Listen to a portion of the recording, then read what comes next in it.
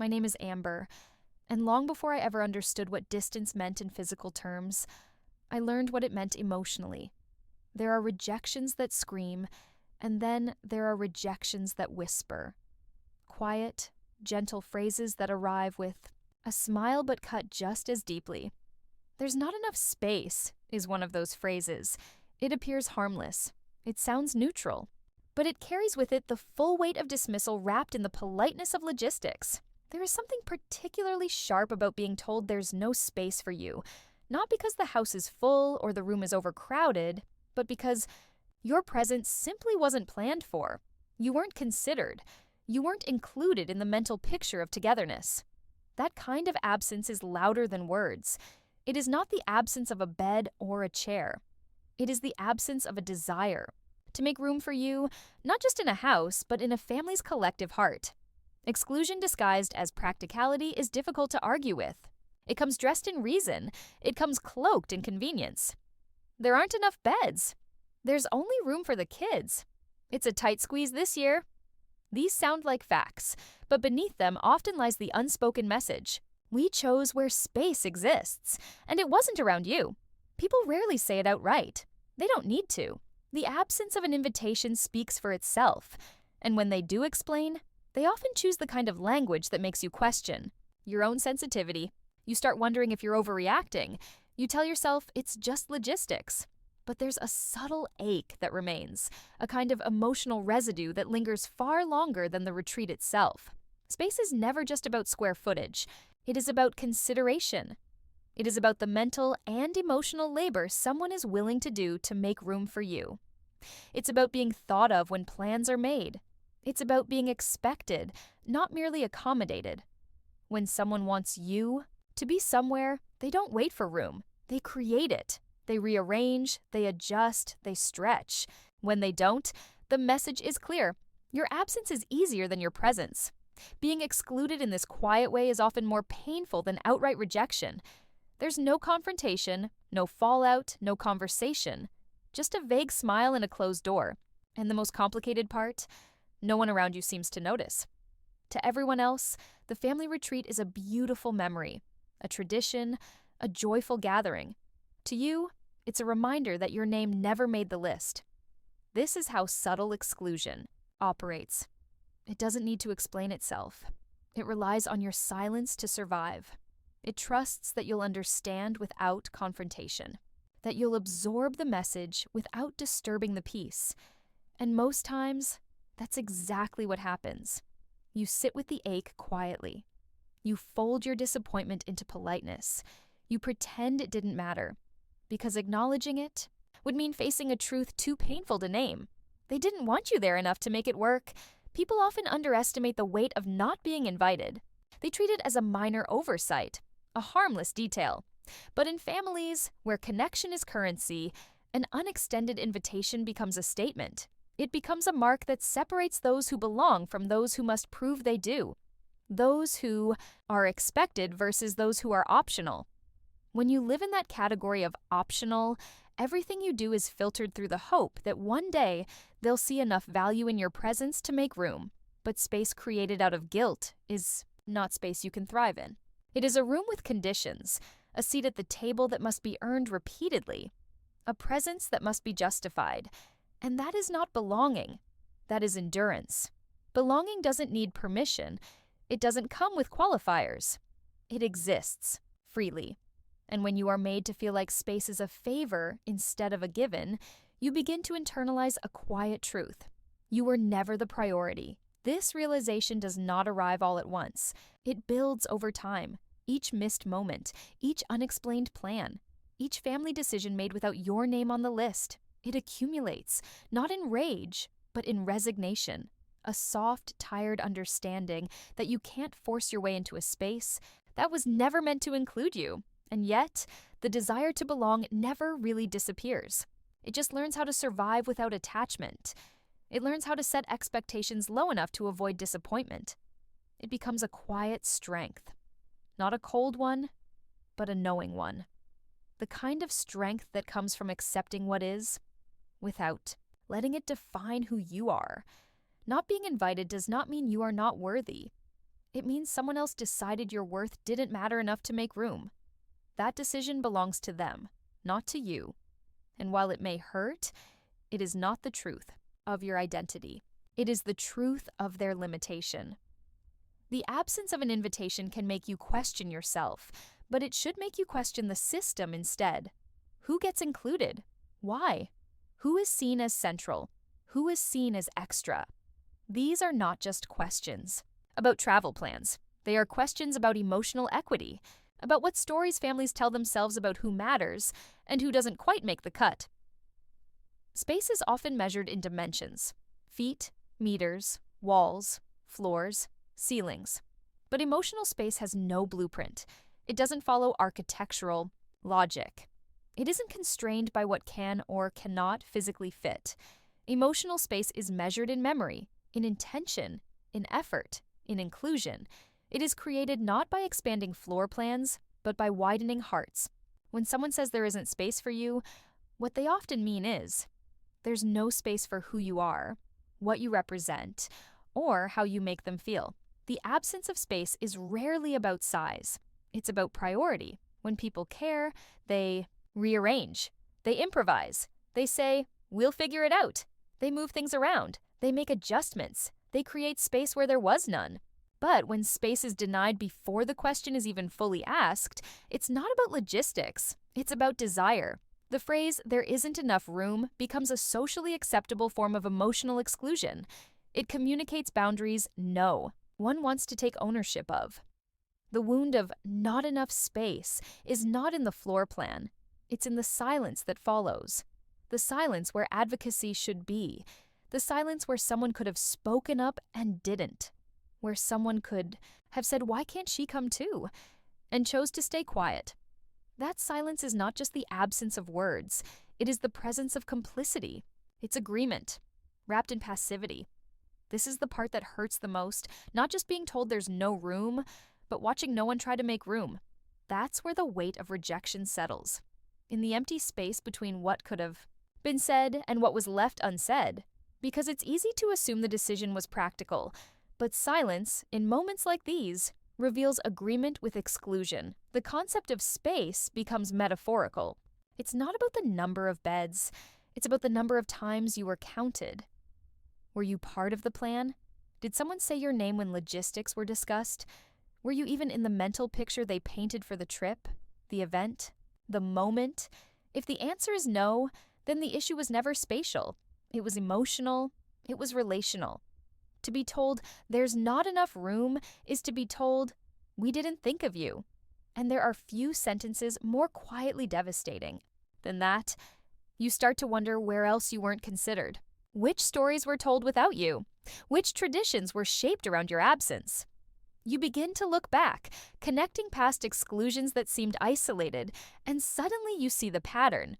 Not invited, not asked, not included, not prioritized.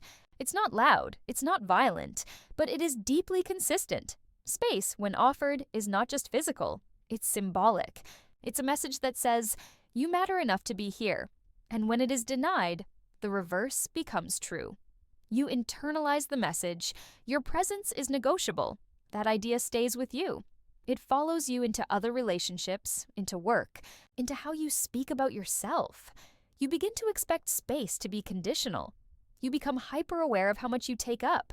You start apologizing for existing in rooms you were invited into. You shrink preemptively so others don't feel burdened by you. You become small not because you are, but because you were made to feel like space was a favor. This internalization of scarcity becomes habitual. You convince yourself that asking for space is asking for too much. You treat inclusion as exceptional rather than essential.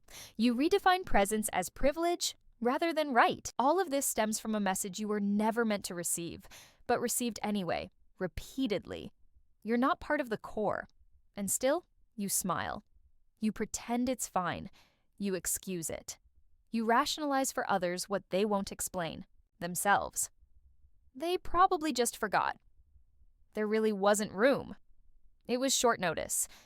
But in the back of your mind, the arithmetic doesn't add up, because space has always been found for others, even at the last minute, even when it was tight. even when it was inconvenient. The truth is, when people want you there, space becomes a non-issue. It is worked around, it is solved. Not perfectly, but intentionally. You may end up on the floor with a blanket, or on the couch, or sharing a room, but you are there. And that there means more than any comfort. It means you were included in the vision, in the planning, in the belonging. When you're left out under the excuse of space, it's hard not to translate it into something deeper. It begins to feel like a verdict on who you are, not just where you fit. And that's where the damage deepens, when you no longer see the situation as about them, but about you. You start asking, what about me makes them not want to include me? And that question, unanswered, burrows into the psyche. Exclusion that comes with a smile is still exclusion. It doesn't hurt less because it was framed politely. It doesn't become justifiable because someone used neutral words. The impact remains. And often, it cuts deeper because there was no confrontation. Just absence. Just silence. Just the empty outline of where you could have been. Families are systems, and like any system, they depend on predictability. Roles are assigned, sometimes silently, sometimes explicitly, and everyone is expected to play their part. These roles aren't always chosen. Often they're inherited, formed in childhood, shaped by expectations, assumptions, and repeated interactions. One becomes the achiever, one becomes the helper, one becomes the rebel, one becomes the background. The family depends on these patterns to maintain a sense of order, and any deviation threatens the script. To step outside of a role, especially one assigned long ago, is not just to change, it is to disrupt. Systems resist disruption. They prefer compliance. They value familiarity over freedom. When someone refuses to stay in their designated space, it unsettles the others. It exposes the fragility of the system and challenges the unspoken agreements that keep everyone comfortable. The role of invisibility is one of the most quietly destructive. It doesn't come with arguments or conflicts. It comes with absence, with being overlooked, with being the one no one worries about or listens to or checks on. This role teaches a person to minimize their needs, to downplay their voice, to anticipate rejection before it arrives, and soften themselves into acceptance. The invisible one doesn't demand space, they wait to be invited into it, if at all. But invisibility is not peace. It is erasure. And over time, playing that role becomes unbearable. Refusing to play the role you were given is often misinterpreted as disobedience. Not because you've done something wrong, but because you've challenged the comfort others have grown used to. If you were the one who kept the peace by staying quiet, your voice now becomes the threat.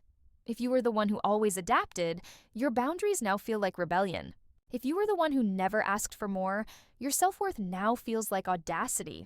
What the system once praised as easygoing is revealed to be the product of learned silence. To break free from that silence is not a dramatic act. It is a steady, internal decision to stop shrinking, to stop editing yourself to be more palatable, to stop offering emotional labor to people who expect it without gratitude. It is the decision to prioritize truth over comfort, not just for others, but for yourself. Refusing to play the familiar role is not about revenge. It's about recovery. It's about reclaiming parts of yourself that were buried to keep peace, in a room that never made space for your fullness. It is about healing the part of you that mistook silence for safety, and finally learning to live in your own voice, even if it disrupts someone else's expectations. The backlash often comes subtly. People don't say you've changed as a compliment. They say it as an accusation. What they really mean is, you're no longer who I can control. The more you grow, the more you're seen as difficult. Not because you are, but because you no longer fold. You begin to notice how often your worth was tied to your willingness to make others comfortable. How often your love was measured by your capacity to sacrifice yourself. You begin to notice how discomforted people become when you stop over-explaining, over-apologizing, over-compensating, and you realize their comfort was never your responsibility. The familiar role was never about you. It was about the version of you that others found convenient. And the moment you begin to outgrow that version, you are met with resistance disguised. as concern. You hear words like selfish, distant, or ungrateful. These aren't reflections of who you've become. They are reflections of how threatened others feel when they can no longer define you, but freedom always costs. Familiarity. Choosing not to play your old role is not an act of disloyalty. It is an act of truth. It is the refusal to live on a script written by someone else. It is the brave, quiet revolution of no longer performing to keep others at ease. This doesn't mean conflict. It doesn't mean bitterness. It means clarity. It means showing up as you are, not as who you were trained to be. It means letting people feel whatever they feel when you stop being small for their comfort. And it means learning to sit with your own discomfort too, because breaking a pattern doesn't mean you stop caring. It means you care differently now. You care enough to be honest. You care enough to be whole. Wholeness requires boundaries. It requires disappointing people who were never meant to control your story. It requires letting go of the illusion that peace without authenticity is peace at all. And it requires trusting that you are still lovable, still worthy, even when you're no longer playing the role that made you useful to others. Exclusion is often experienced as loss. At first glance, it feels like rejection, absence, and separation. To not be invited seems like proof that you are not wanted, not considered, not seen. And in many ways, it is. But beneath the sting of being left out lies something sharper, quieter, and far more powerful: freedom. There is a strange liberation that exists on the other side of exclusion. Not at the surface level where the pain lives, but deeper, at the place where self-worth detaches from approval. When the pattern repeats long enough, something begins to shift. At first, you grieve. Then you question. Then, unexpectedly, you stop waiting. And in that stillness, the truth emerges. Being excluded no longer defines you.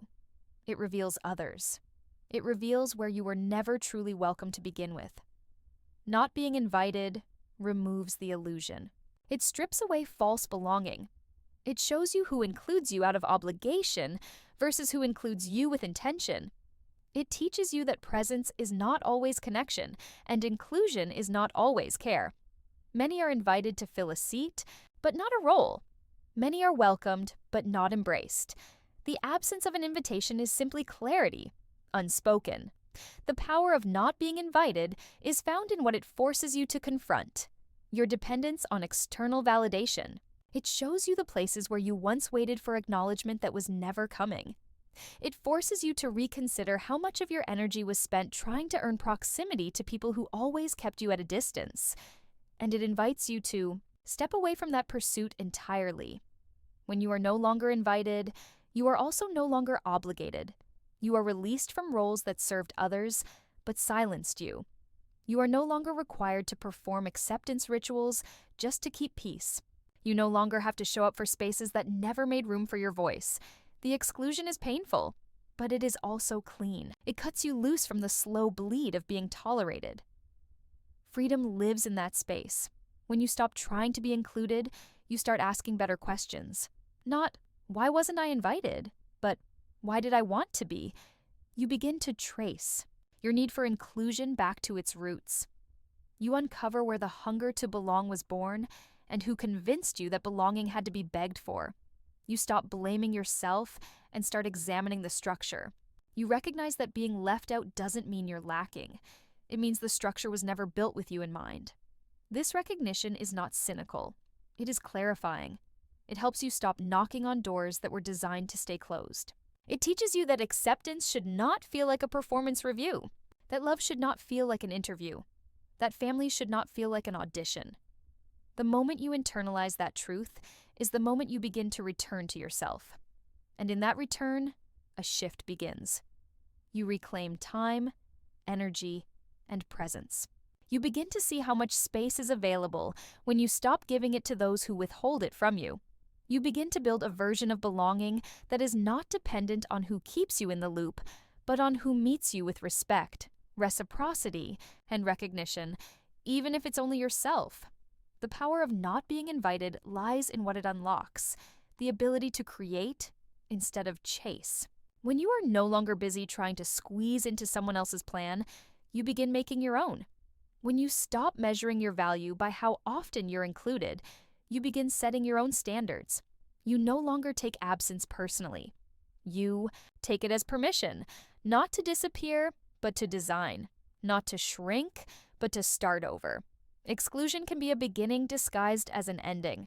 It feels like closure, but it is actually expansion. It pushes you away from what never made you feel safe and toward what is truly aligned.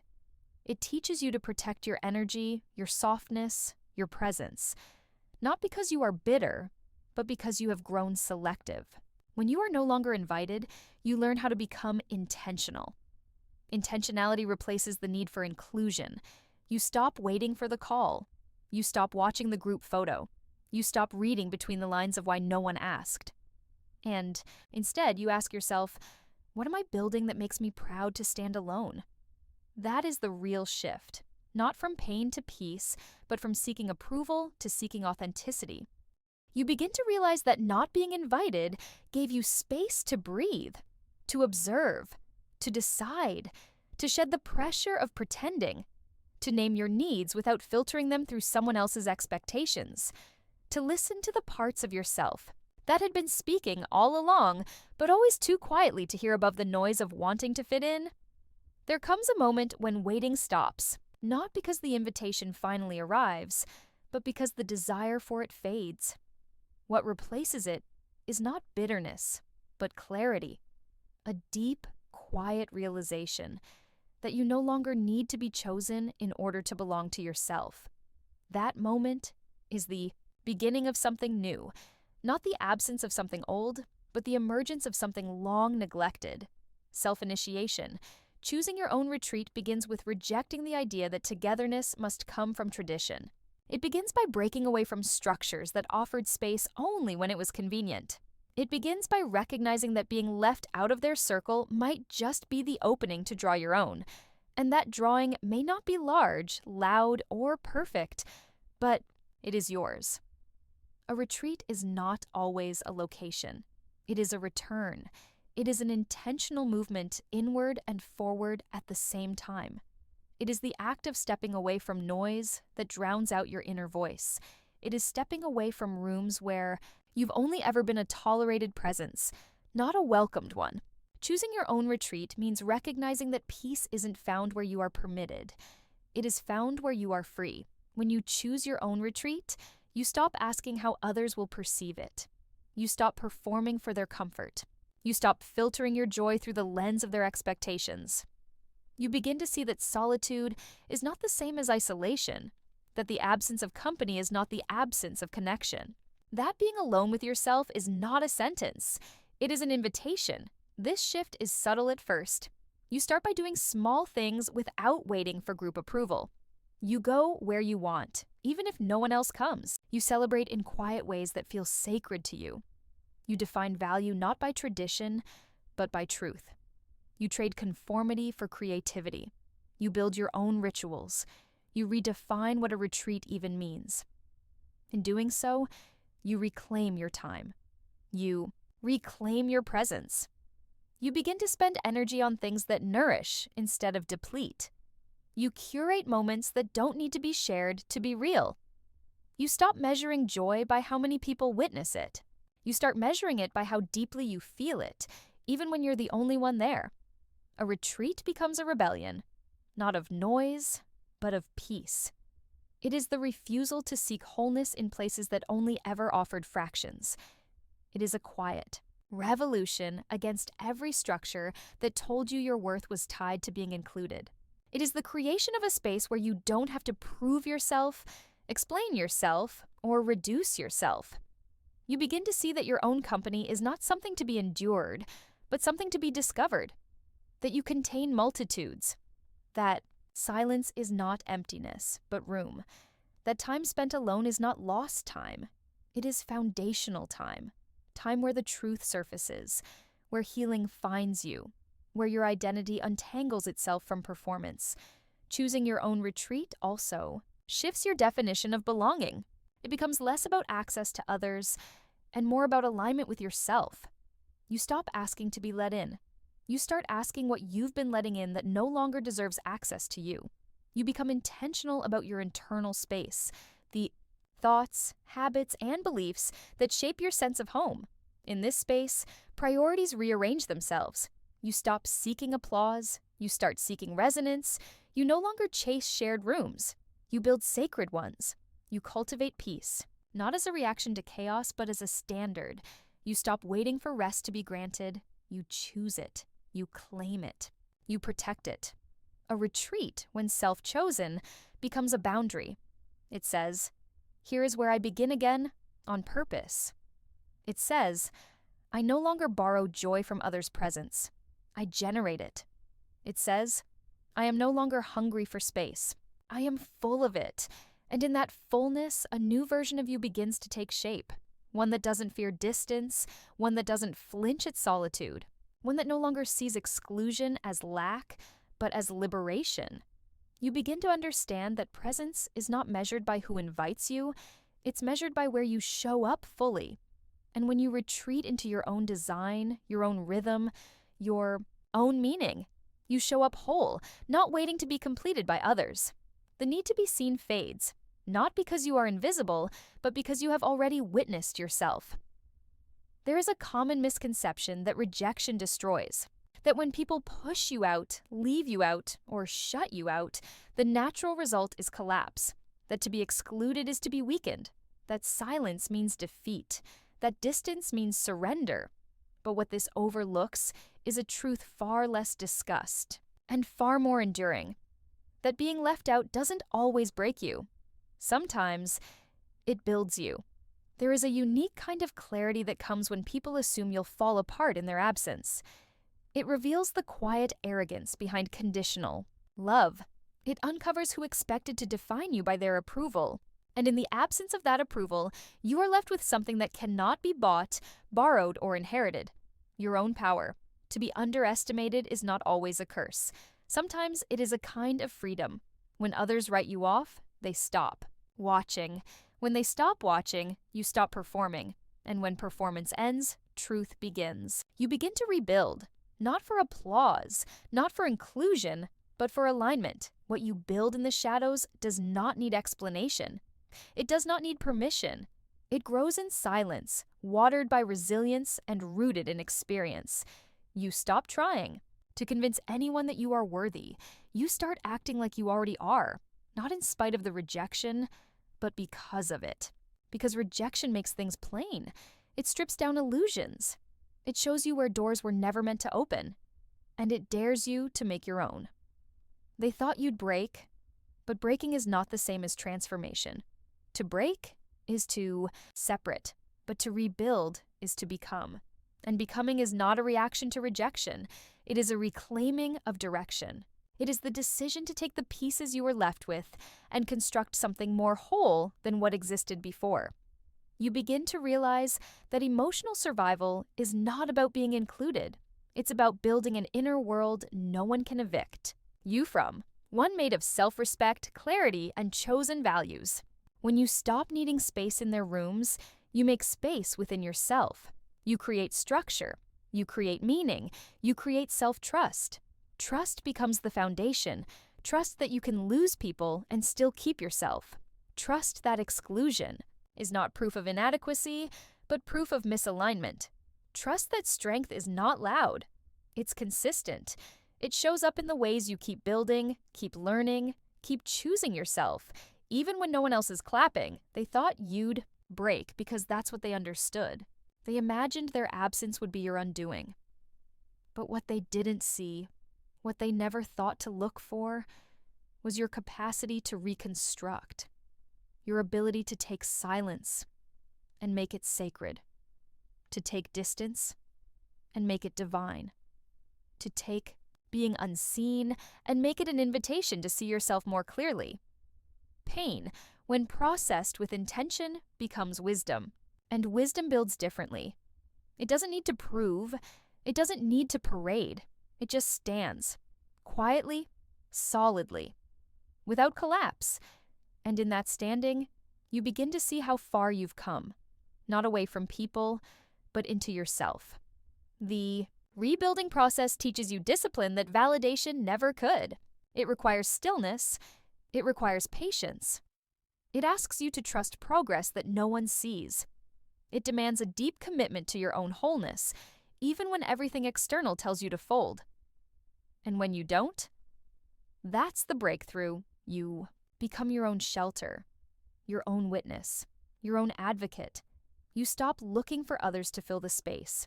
They left it empty, and you filled it with strength.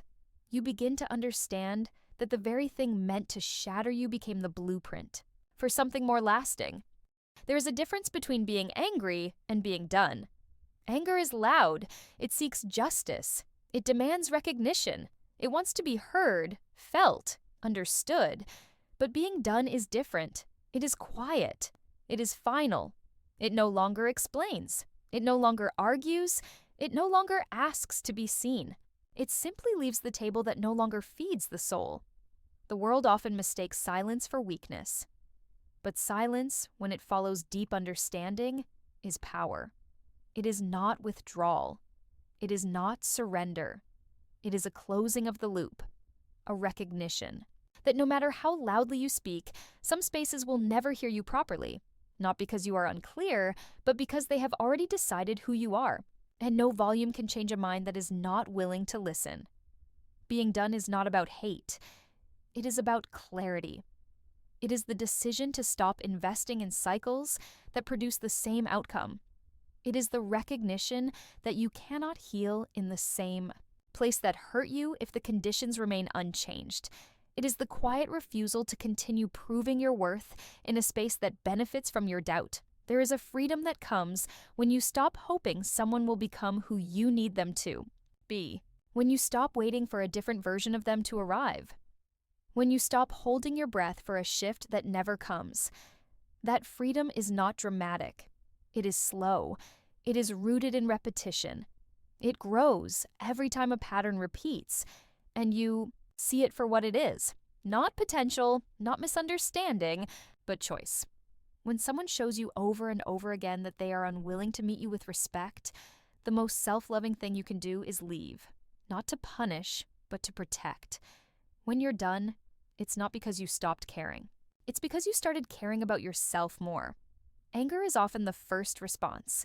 It's hot, urgent, energizing. It moves quickly through the body, demanding change. But when that change doesn't come, when words fall into silence, when efforts are met with indifference, anger exhausts itself, and what's left is resolve. Not the kind that seeks revenge, but the kind that seeks peace.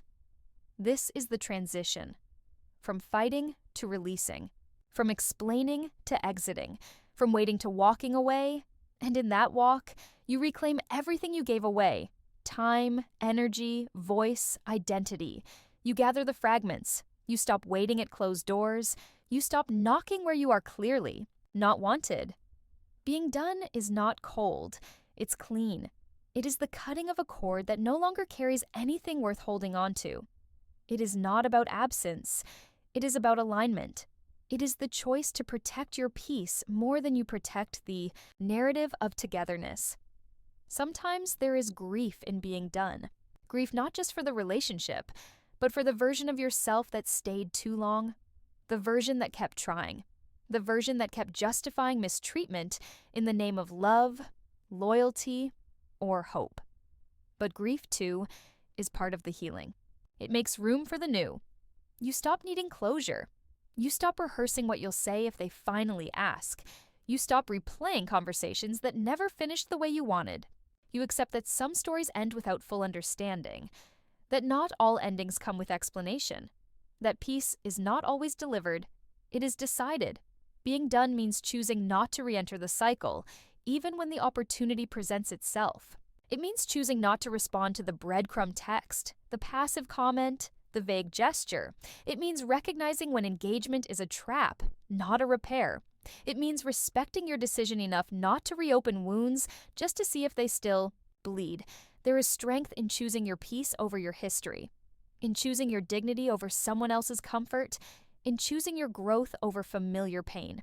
That strength often looks like silence, but it is the kind of silence that echoes with self-respect. Excuses have a way of softening the truth. not to make it easier for the one being excluded, but to make it easier for the one doing the excluding. "There's not enough space" is rarely about physical dimensions. It is about emotional boundaries that were never meant to expand in your direction. It is about limitations that exist not in walls or logistics, but in hearts that chose who was worthy of effort. Space was never the issue. It was never about rooms or beds or full cars or calendar conflicts. It was about discomfort. It was about inconvenience. It was about avoidance dressed up as structure. It was about the unwillingness to stretch, to adjust, to reimagine inclusion. Beyond what was easy or familiar, the phrase "not enough space" pretends to be practical. It sounds objective, clean, and rational, but underneath, it hides layers of bias, fear, preference, and control. It's a phrase designed to shut the door gently. It's a refusal wrapped in neutral language. It's not just the denial of physical presence. It's the denial of emotional belonging. Belonging isn't defined by architecture. It's defined by intention. Where there is love, space is found. Where there is care, space is made. Where there is willingness, space is restructured. Families, when rooted in connection, don't make exclusion sound reasonable. They make inclusion a priority. They don't ask whether you fit. They ask how they can make room. So when someone says there's no space, what they often mean is there's no priority. No priority to consider how your presence might add instead of subtract. No effort to reshape comfort zones. No urgency to challenge old dynamics that favor predictability over inclusion. Space is not the issue. Investment is. The truth is uncomfortable, but it's clarifying. When people want you present, they solve problems. When they don't, they create barriers that sound like reasons. What's often framed as limitation is actually preference. What's painted as practicality is actually reluctance. And what's explained as fairness is actually fragility, the kind that cannot handle the discomfort of growth. The idea of space becomes symbolic, not of size, but of status. Who gets counted without asking? Who is always assumed to be part of the plan? Who is included by default? And who must negotiate? Request or wait. These patterns reveal more than any spoken explanation ever will. They tell the truth about emotional architecture, the invisible maps that define who feels at home and who feels like a guest. Emotional space is not scarce. It is abundant when care is present, but care must be intentional. It must be chosen. It cannot exist only when it's easy. It must be active when inclusion is inconvenient, unglamorous, or challenging. That's when love becomes visible. Not when space is given freely, but when space is created with effort. When someone says, "we didn't have space," they often mean, "we didn't have willingness." They mean, "we didn't want to shift the existing dynamic." They mean, "we preferred the comfort of what we knew to the honesty of what you represent." And sometimes they mean, "we didn't think of you." That is the wound beneath the words, not the absence of space, but the absence of consideration. To not be thought of is to be unseen, and to be unseen by those who claim to know you best cuts with a unique kind of sharpness. It says, you were not even part of the mental equation. You were not part of the plan. You were not included in the idea of belonging. And yet, despite the pain, there is clarity here. Because when the excuse is this transparent, you stop negotiating with it. You stop trying to prove you fit. You stop offering yourself as someone easy to include. You stop minimizing your needs just to shrink yourself into someone else's comfort zone. Instead, you begin to reframe what space actually means. You see it not as something to beg for, but as something you deserve. You understand that space is not a privilege. It is a reflection of someone's capacity to hold you in their life. And when that capacity is absent, your value doesn't decrease. It becomes simply misplaced. Absence is not always noticed immediately. Sometimes it lingers in the background like a quiet question no one is ready to ask. The absence isn't loud. It doesn't announce itself. It simply exists. Subtle, but undeniable.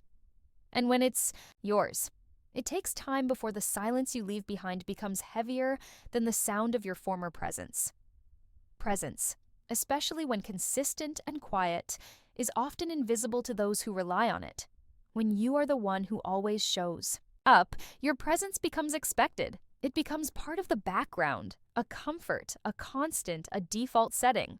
But when you step away, when the pattern breaks, what was once taken for granted becomes visible by its removal. People don't always notice when you're present, but they eventually notice when you're not. It doesn't happen all at once. At first, your absence feels like an empty seat. Then it becomes a change in atmosphere. Then a shift in tone. Then a question, spoken or unspoken. Where are they? Why didn't they come? And it is in that noticing that something deeper unfolds. The realization that your presence was not just a body in the room, but a structure. You were holding something together, even if no one acknowledged it. You were filling in gaps that others never saw. You were offering steadiness, care, awareness, patience, so seamlessly that your effort blurred into expectation. When that effort is withdrawn, the space it once occupied echoes. Absence becomes a mirror, not for you, but for them. It shows them what they didn't say, didn't appreciate, didn't reciprocate. It reflects their assumption that you would always be there, no matter how little you were seen, heard, or honored. It brings forward the reality that your involvement was never owed. It was chosen. And that choice has now changed. Not showing up is not a punishment. It's a message, a boundary, a truth delivered without confrontation. It says, if I am not valued, I will not be present. If I am not included meaningfully, I will not participate passively. If I am not held with care, I will not keep carrying what was never mine to hold. And that message lands in ways that words cannot, because it doesn't rely on argument. It doesn't ask for permission. It simply exists, unshakable. When they notice your absence, it often comes with surprise, as if your presence was guaranteed, as if your energy was endless, as if the emotional weight you carried was invisible because it didn't ask to be acknowledged. But absence removes illusion. It reveals who was holding what. It shows who carried peace and who consumed it. Your absence is not silence, it is statement. It is the declaration of worth made visible through withdrawal. It says, you no longer have automatic access to me, my time, my energy, my effort. These are no longer assumed. They are sacred. Eventually, some may try to pull you back in, not always with an apology, sometimes with confusion, guilt, or casual remarks. But what they miss is that returning is not just about invitation. It's about change. Change in behavior, change in dynamic, change in acknowledgement. Because your absence wasn't accidental. It wasn't caused by pettiness or oversensitivity. It was the outcome of accumulation, of being overlooked, minimized, excluded. It was the quiet result of not being met halfway, of not being heard until you stopped speaking, of not being missed until you stopped showing up. Absence, when intentional, is one of the most honest forms of self-respect. There is a kind of quiet grief that comes from never quite fitting into the picture someone else had painted for you. Not because you lacked value, but because the frame they designed was never built to hold the full shape of who you are. It was narrow. It was fixed. It was created with boundaries that served their comfort, not your growth. And for a long time, trying to fit into it felt like loyalty. Eventually, it begins to feel like self-betrayal. Frames are easy to accept when we're young. They come with approval, belonging, identity. They give us the illusion of certainty. If we stay within the lines, we will be accepted. If we play the part, we will be loved. But what no one tells us is that those lines were never drawn for our becoming. They were drawn for control. To step outside of that frame is not rebellion. It is remembering. It is a return to what was always true. Before it was made small to make others more comfortable. It is a return to voice, to choice, to identity. And with that return comes a new responsibility, to stop trying to shrink yourself into spaces that cannot stretch. The moment you realize you were never meant to fit is the moment everything changes. You stop twisting, molding, editing yourself, just to gain a kind of love that always came with conditions. You stop hoping they'll expand the frame. You stop waiting for them to repaint the picture. Instead, you reach for your own brush. You begin again, on a blank canvas. This canvas does not come with permission. It comes with risk. It asks you to choose authenticity over approval. It asks you to let go of roles that once made you feel safe. It asks you to paint with your full palette, even if others find it unfamiliar. But in doing so, you create something the old frame never could: wholeness. Wholeness isn't perfect. It isn't always pretty, but it is true. And truth is what the frame was never built to hold. The frame was built for control, repetition, predictability. Your canvas, however, is built for depth, change, and freedom. It doesn't ask you to be consistent with their story. It invites you to be consistent with your own becoming. To build your own canvas is to reclaim authorship. It is to stop living as someone else's caption. It is to stop asking others to understand art they were never willing to look at. It is to stop framing yourself through the expectations of those who only valued fragments of your potential. You realize that you were never too much. You were simply too real for a container built to hold compliance. You were never the problem. You were simply not the character they wanted you to play. And that realization is not bitter. It is liberating. It allows you to move without waiting, to dream without editing, to live without rehearsing. Your canvas doesn't require applause. It requires honesty. And honesty may not make you popular in spaces that preferred your silence, but it will make you powerful in your own story. You begin to see that building your own canvas isn't about them. It's about you. It's not revenge. It's return. It's the act of turning inward to expand outward. It's the decision to stop measuring your life by the frames you no longer fit in and start measuring it by the freedom you now claim. When you begin to build your own canvas, the measurements shift. No longer are you aligning yourself with narrow expectations or outdated templates. Instead, you begin to explore how wide your life can stretch when it's not bound by someone else's border. And in that exploration, something transformative happens. You stop performing your life and you start living it. Performance asks for consistency. Authenticity asks for presence. The frame demanded that you stay predictable. It rewarded repetition. It asked you to mute complexity so others could stay comfortable with simplicity. But your canvas asks the opposite. It welcomes your evolution.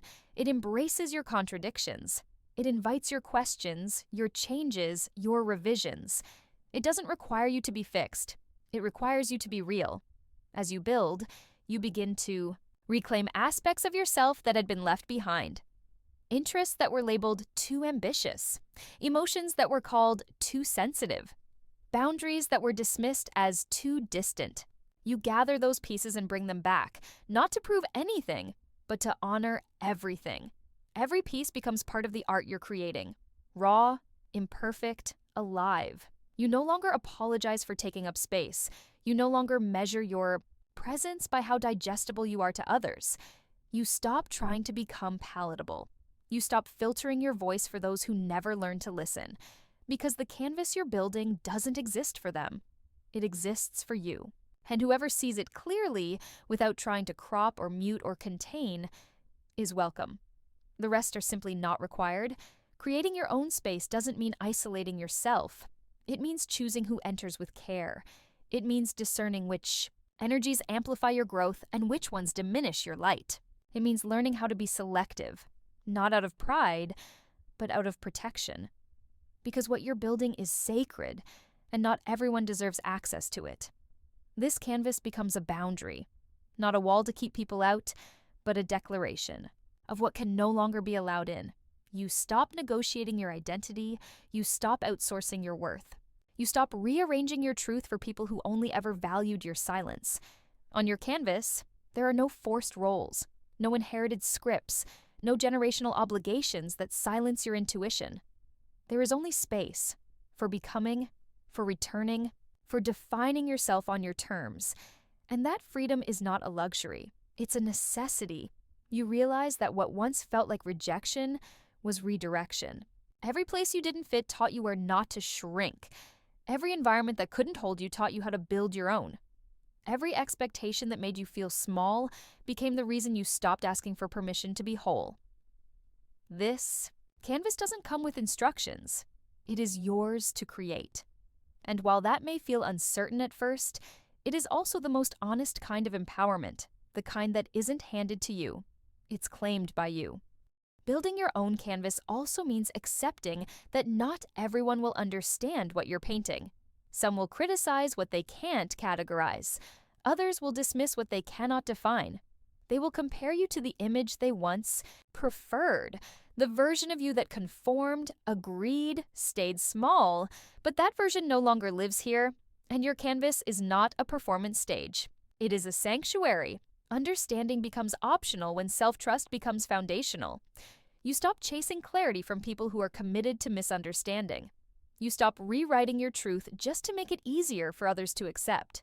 You begin to see that their confusion is not your responsibility and their discomfort is not your burden to soothe. Your job is not to shrink your growth into language they already know. Your job is to speak in colors they've never seen, even if they choose to look away. You start to trust that your becoming doesn't need external confirmation. The brush in your hand is enough. The vision in your chest is enough. The stillness you've earned by choosing yourself is enough. And that enoughness is what begins to guide every stroke forward. Not perfection, not approval, not control, but enoughness, rooted, honest, evolving. As your canvas fills, you begin to see how expansive your life becomes when it isn't limited by pre-written roles. You're no longer waiting for someone else to say yes. You're no longer moving to avoid conflict. You're no longer bending to prove that you deserve a place in a room that was never designed to hold your fullness. And the further you go, the more clearly you see the frame was never broken, it was just too small. You weren't too much. You were never the problem. You were just not made to be filtered, edited, or contained. Your edges were always meant to extend beyond what others found familiar. And now, as you build, layer by layer, moment by moment, you begin to understand that what you're creating isn't just a life, it's a legacy. One that says, I chose freedom, I chose truth, I chose to become all of myself, even when they only wanted part of me. To build your own canvas is not merely to reject the frame, it is to redefine your very existence beyond any frame. It is the conscious, continual act of releasing the need to fit and embracing the need to feel whole. The canvas becomes not just a metaphor for expression, but a declaration of independence from generational expectations, social scripts, and emotional debts that were never yours to pay. At first, the canvas may feel empty. You may question whether you're allowed to take up space this freely. Years of being conditioned to fit into someone else's life may whisper that you're being selfish, dramatic, or difficult. But those whispers are echoes of an old system, a system that was never designed for your liberation. And liberation is what this journey becomes. Liberation from the belief that your value depends on your usefulness. Liberation from the idea that love must be earned through obedience. Liberation from a life of emotional self-editing, where your feelings had to be filtered before they were allowed. On this canvas, you are no longer adjusting your tone to avoid discomfort. You are no longer dimming your voice so others can feel tall beside your silence. Here, you speak as you are, not to provoke, not to convince, but because your existence no longer negotiates its expression. This is how you begin to rebuild your identity, not as a reaction, but as a revelation. You are not starting over because you failed. You are starting over because you woke up. You are starting over because you outgrew the box they handed you. You are starting over because nothing about who you are fits into something that was designed to contain only who you were expected to be. And the deeper you go into this act of self-construction, the more you realize the frame was never personal. It was inherited, built out of their fear, their limitations, their old definitions of safety. They framed you based on what made them comfortable, not what made you whole. And they may never admit that. They may never apologize for it. But your freedom does not require their agreement. It only requires your commitment. You stop needing closure. You stop seeking explanation. You stop waiting for a day where they suddenly understand the complexity of your becoming. Instead, you make peace with their confusion. You recognize that the further you evolve, the less likely it is they'll catch up. And that's okay. Evolution is not meant to be unanimous. It is meant to be honest. There is grace in that honesty. Grace in walking away from roles that silenced you. grace in declining invitations to conversations where your truth is not welcome, grace in allowing yourself to rest in your own knowing, even when it is lonely. Because loneliness is not always a sign of loss. Sometimes it is a signal that you are no longer willing to disappear in a room just to feel company. You learn how to choose solitude without shame. You learn how to hear your own thoughts without filtering them through fear. You learn how to enjoy your own rhythm without matching the noise of others who still live inside the frames you escaped. And slowly, your canvas begins to fill, not just with color, but with certainty. Certainty that you were never broken. Only boxed, certainty that you were never wrong for asking for more, certainty that you deserve a life that reflects your fullness, not your fear. As the canvas expands, so does your compassion for yourself and even for those who built the frame. Not because they were right, but because they were limited. And in that limitation, they missed you. Not out of malice, but out of misunderstanding. Still, their misunderstanding no longer defines your movement. It no longer limits your joy. It no longer writes your story. You become the artist now, the architect, the author, no longer shaped by rejection, but sculpted by self-return. You build new language for love, love that does not require shape-shifting. You build new structures for belonging, belonging that does not shrink your edges. You create new rituals of worth, worth that does not hinge on anyone else's comfort. And in that you become free, not free because they let you go, free because you stopped waiting for them to hold you properly. You chose the brush. You chose the blankness. You chose the risk of visibility over the safety of shrinking. And what you painted, imperfect, evolving, layered, became the most truthful thing you ever made. The most powerful art is not the kind that impresses. It's the kind that reveals. When you build your own canvas, what you're truly doing is becoming visible to yourself. You're learning to see yourself in wholeness, not through the fragments that others chose to validate. You stop asking if your story makes others proud. You start asking if your story feels like truth. The act of creating your own life outside their frame is not a rebellion against them. It is a reconciliation with yourself. It is the soft, certain recognition that you were never hard to love. You were hard to control. You were never too much. You were simply too free for a life that demanded you stay small, simple, and silent. And once you experience that freedom, once you begin to live without waiting, without asking, without adjusting your tone for someone else's comfort, there is no going back. The frame loses its appeal. The approval it offered seems empty. The belonging it pretended to promise becomes exposed as conditional.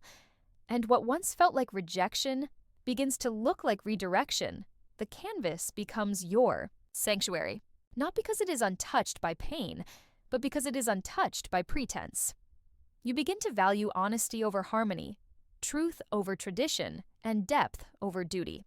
You no longer feel the need to fit into rooms where being understood depends on your ability to perform. You would rather be misunderstood in truth than accepted in a lie. This is where real alignment begins. Alignment doesn't come from being applauded, it comes from being integrated, from choosing the life that mirrors your insides, even if it doesn't match what others imagined for you, from saying yes to who you are, even when it cost relationships that only knew who you pretended to be, from finally becoming more committed to your peace than to their approval.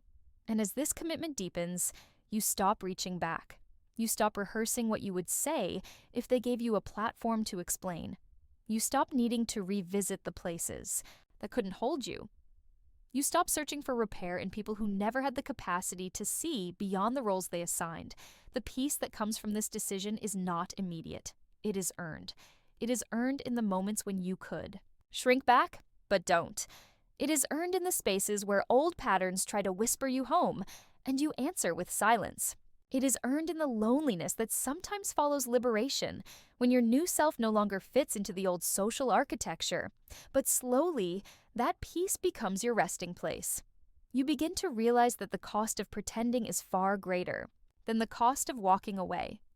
You stop seeing yourself as the one left out and start seeing yourself as the one who opted out. Not from love, but from distortion. Not from connection, but from compromise. Not from people, but from performance. And in this opting out, you find your way in, to your own rhythm, your own language, your own meaning. You begin to create a life that doesn't need to be justified, a life that doesn't beg for understanding, a life that doesn't wait to be explained in digestible pieces, a life that is big enough, bold enough, deep enough for all of you, the ambitious parts, the soft parts, the loud parts, the healing parts, the unpolished, unfinished, undeniable parts. And you offer this life no longer as a question, but as a declaration.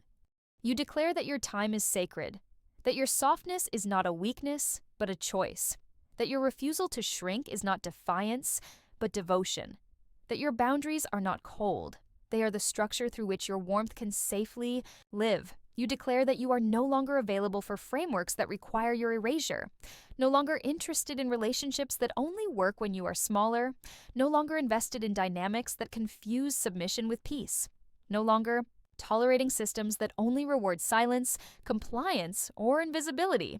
This declaration does not require shouting. It does not need confrontation. It is made in the way you live, in the invitations you decline, in the standards you raise, in the spaces you no longer try to enter, in the art you create with your own presence. And that is what the canvas truly becomes, the presence you never stopped becoming. Every brushstroke on your canvas becomes a memory of choice, not just a reaction to what you were denied, but a response to what you now desire. You're no longer painting to prove, you're painting to embody. The need to explain dissolves, the desire to justify fades. What remains is intention, rooted, deliberate, and unshakable. You understand now that your canvas doesn't need an audience to matter. What matters is the peace you feel while building it, the self-recognition that grows in silence, the kind of integrity that cannot be celebrated by those who only loved the version of you they controlled. And so, you stop waiting for acknowledgement from those who watched you dim and called it maturity. They may never call your evolution beautiful. They may never say your departure was valid. They may never understand that what you built was born from what they ignored. But understanding was never the point. Freedom was. Freedom from their story of you. Freedom from inherited roles you never agreed to. Freedom from emotional debts you never owed. Freedom from the idea that love has to come with conditions or that family is defined by proximity, not mutual care. Freedom from performing a version of yourself that others found easier to digest. Now you choose truth over access. You choose stillness over inclusion. You choose your whole self over anyone's version of you that requires cutting pieces away. You become loyal not to tradition, but to transformation. You are no longer here to fit. You are here to fill your own life with meaning, integrity, and self-trust. This shift changes everything. You begin to notice where you used to hesitate. You begin to see how often you made yourself small, so others wouldn't feel small around you. You begin to feel how different life becomes when you don't seek entry, you seek alignment. And alignment doesn't require performance. It doesn't reward pretense. It asks only for presence. Presence is no longer about being available to everyone. It's about being deeply, fully available to yourself. You stop scattering your attention in search of approval. You stop bending into personalities that don't reflect your core. You stop apologizing for the space you take up, the silence you need, the decisions you make. You stop living inside apologies. You stop asking for acceptance. That was always transactional. You stop interpreting tolerance as love. You stop mistaking survival patterns for personality traits. And you start remembering who you were before you were taught to play a role. You come home to yourself, not as a destination, but as a decision. You decide to treat your voice as valid, even when it isn't echoed. You decide to hold your boundaries, even when they're met with resistance. You decide to value solitude, not as exile, but as expansion. You decide to build the emotional structure no one else gave you. And in that building, you find what the frame could never contain: your wholeness. Wholeness becomes your compass. Not perfection, not consistency, but wholeness. The ability to return to yourself in every season. The commitment to remain rooted even when the ground shifts. The courage to keep creating even when the world prefers your silence. And when you look at your canvas now, you no longer see rejection. You no longer see erasure. You no longer see what you lost by leaving their frame. You see what you gained by choosing your own shape, your own colors, your own pace. You see resilience where there was once regret. You see clarity where there was once confusion. You see love, not the borrowed kind, but the built kind. You see yourself, not the version that sought to be good enough, not the version that softened every edge, not the version that waited to be chosen, but the version that chose herself. That version is not loud, but she is unshakable. She is not looking back, not because she holds resentment, but because she holds reverence. Reverence for the journey, reverence for the lessons, reverence for the quiet power of walking away from a structure never meant to hold your truth. You didn't just reject the frame, you reclaimed the canvas. And in doing so, you became the artist, the architect, and the anchor of your own becoming. There is something sacred about reaching a point where nothing needs to be undone anymore, only lived, where the undoing has already happened, where the frame has already fallen, where the silence has already spoken, where the pain has already passed through you and left behind something sturdier than before. Clarity. Clarity that you no longer exist to meet expectations that require you to disappear. Clarity that your value doesn't require translation to be real. Clarity that you are not obligated to make others comfortable with a version of you that keeps you uncomfortable in your own skin. And from that clarity, you begin to live with a different posture. Not defensive, not guarded, but deeply centered. No longer waiting to be received in full, but finally choosing to show up in full, regardless of how others react. Not because you don't care, but because you care differently now. You care with boundaries. You care with discernment. You care with peace that's no longer performative. There is a quiet revolution in that. A revolution that doesn't seek to tear things down, but to rebuild what was never offered to you. A safe place to be whole. You begin to create a life that feels like that place. One that isn't perfect, but is honest. One where you aren't holding your breath, waiting for someone to say, "You're enough," because that declaration has already been made by you to you repeatedly. In your thoughts, your choices, your art, your solitude, your new beginning, you realize that you never needed permission to be complete. That realization changes everything. You stop treating love like it must be earned. You stop seeing rejection as a reflection of your identity. You stop participating in dynamics that define connection by control. You stop auditioning for spaces that are too small for your essence. And most importantly, you stop viewing the absence of applause as the absence of worth. Now, your life is not built on being accepted. It's built on being aligned. You understand that being too much for some people is simply proof that you are no longer small enough to be tolerated only in fragments. You recognize that your fullness is not excessive, it's expansive, that your depth is not intimidating, it's clarifying, that your voice is not too loud, it's finally no longer afraid. This is what living outside the frame teaches you. Teaches you to define yourself by who you become, not by who they allowed you to be. It teaches you that loss isn't always a wound. Sometimes it's an opening. It teaches you that family, love, connection, they aren't static structures, they are choices. And you are allowed to choose how, where, and with whom you place your energy. You no longer equate proximity with care. You no longer interpret inclusion as value. You no longer need the invitation to feel welcome in your own life.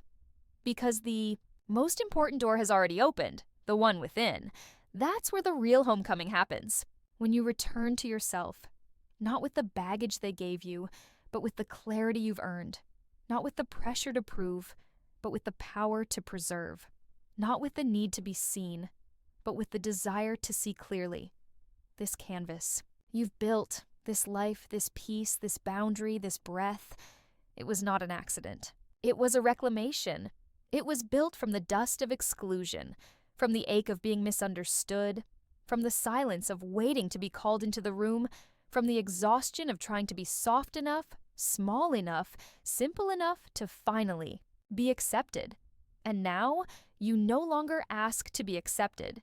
You accept yourself radically, and in doing so, you build a space so true, so grounded, so wholly yours that it becomes undeniable, even to those who may never understand it. You become the proof. Not because they agree, not because they return, not because they change, but because you did.